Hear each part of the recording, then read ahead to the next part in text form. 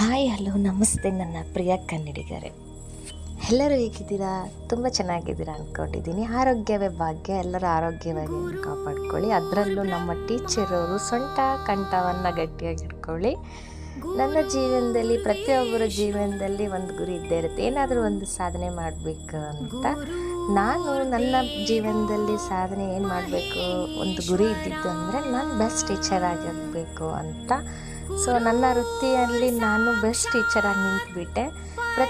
ಆವಾಗೆಲ್ಲ ನಮಗೆ ಸ್ಕೂಲ್ ಡೇಸಲ್ಲಿ ಬೆಸ್ಟ್ ಟೀಚರ್ ಯಾರಂದರೆ ನನಗೆ ಅವರು, ನನಗೆ ನೀವು ಅಂತ. ಎಲ್ಲ ಟೀಚರು ಎಲ್ಲರಿಗೂ ಬೆಸ್ಟ್ ಆಗಲ್ಲ, ಅವ್ರವ್ರ ಲೈಫಲ್ಲಿ ಅವ್ರಿಗೊಬ್ರೊಬ್ರು ಬೆಸ್ಟ್ ಟೀಚರ್ ಇದ್ದೇ ಇರ್ತಾರೆ. ಹಾಗೆಯೇ ನಮಗೆ ನಮ್ಮ ಸ್ಕೂಲ್ ಡೇಸಲ್ಲಿ ನಾವು ಹೆಂಗೆ ಬೆಸ್ಟ್ ಟೀಚರ್ ಅಂತ ಅಂತಿದ್ವೋ, ಅದೇ ಥರ ಈಗ ನಾನು ಎಲ್ಲ ಕಂದಮ್ಮಗಳಿಗೂ ಬೆಸ್ಟ್ ಟೀಚರಾಗಿ ನಿಂತಿದ್ದೀನಿ. ಅವ್ರ ಬಾಯಲ್ಲಿ ಮಧು ಮ್ಯಾಮ್ ಬೆಸ್ಟ್ ಟೀಚರ್ ನನಗಿಷ್ಟ ಅಂತ ಹೇಳೋ ಆ ಮಾತು ನನ್ನ ಜೀವಕ್ಕೆ ತುಂಬಾ ಖುಷಿ ಕೊಡುತ್ತೆ.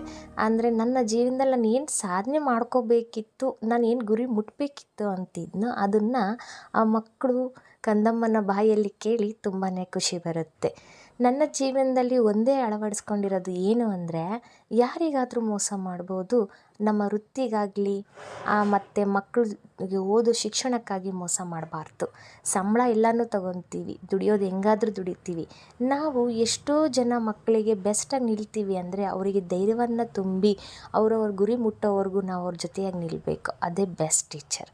ಸೊ ನಾನು ಆ ಕೆಲಸವನ್ನು ಮಾಡ್ತಾಯಿದ್ದೀನಿ. ನನ್ನ ವೃತ್ತಿ ನಾನು ಮೋಸ ಮಾಡುತ್ತಾ ಇಲ್ಲ, ಯಾವ ಮಕ್ಕಳಿಗೂ ನಾನು ಮೋಸವನ್ನು ಮಾಡ್ತಿಲ್ಲ, ಅವರಿಗೆ ಕಲಿಸ್ಕೊಡ್ತಾ ಇದ್ದೀನಿ. ಹಾಗಾಗಿ ನಾನು ಬೆಸ್ಟ್ ಟೀಚರಾಗಿ ನಿಂತಿದ್ದೀನಿ. ನಿಮ್ಮ ಹತ್ರ ಅದನ್ನು ಶೇರ್ ಮಾಡ್ಕೋಬೇಕು ಅನ್ನಿಸ್ತು. ಹಾಗಾಗಿ ಎಲ್ಲರೂ